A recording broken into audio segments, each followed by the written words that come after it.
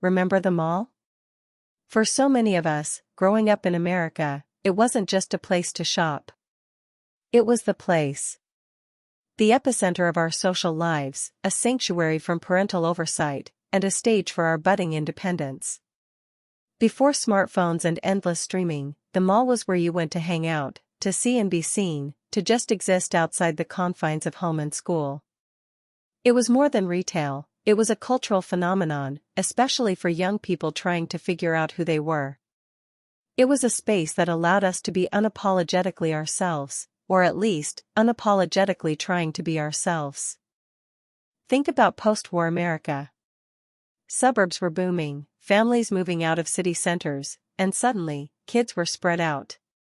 There weren't many truly public, safe spaces for young people to gather independently.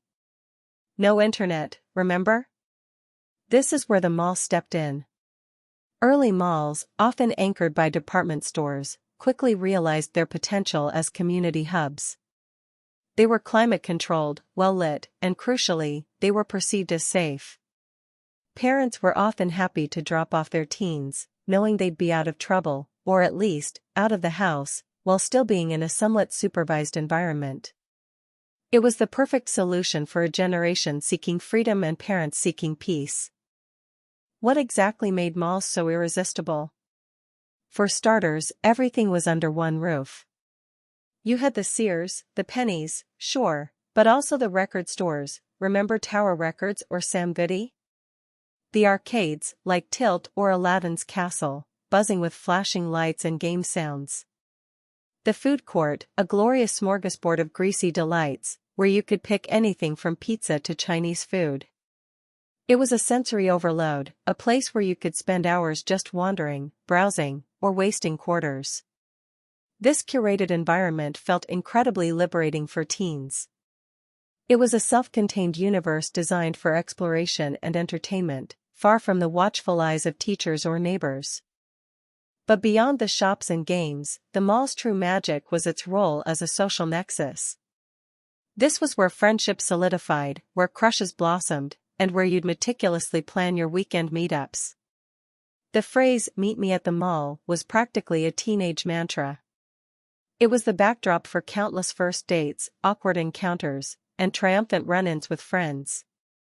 It was the unofficial town square for generations of young people, a place where you could simply be, absorb the atmosphere, and soak in the energy of fellow teens.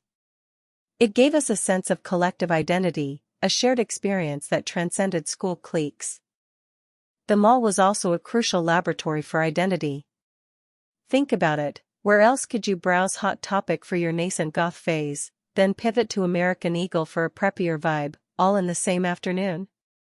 Fashion wasn't just about clothes, it was about trying on different personas.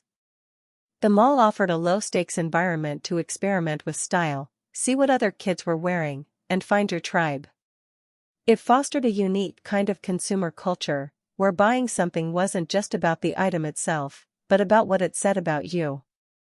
It allowed for a public display of emerging identities, a runway show of adolescence.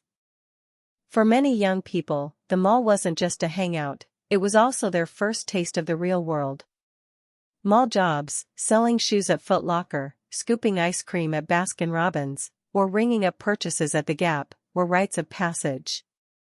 These jobs provided not just pocket money, but invaluable lessons in responsibility, customer service, and working with others. It was a stepping stone to financial independence, allowing teens to buy the clothes, games, or concert tickets they craved. It integrated them into the broader economy, often bridging the gap between their social lives and emerging adult responsibilities.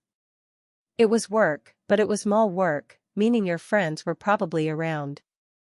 One of the most fascinating aspects of the mall was its ability to be a cultural crossroads. You'd see the preppies walking past the goths, skaters cruising near the fashionistas, all under the same fluorescent lights. While there were certainly invisible boundaries, the mall forced diverse youth subcultures into proximity. It was a space where you could observe and maybe even interact with groups you wouldn't necessarily encounter at school or in your neighborhood. This blend of styles and attitudes, often fueled by the diverse retail options, created a unique energy. It was a transient, public space that mirrored the complex, evolving landscape of youth identity in America. Today, many of those iconic malls stand empty, or have been repurposed. The rise of online shopping and changing social dynamics means the physical mall no longer holds the same gravitational pull for young people. But the cultural impact it had on generations of American youth is undeniable. For a specific window of time, the mall wasn't just a place, it was an institution. It represented freedom, community, identity, and the thrilling awkwardness of adolescence. It gave us a shared memory, a collective coming-of-age story. And for many of us, the echoes of those mall days still resonate, a nostalgic reminder of a simpler, more communal era of growing up.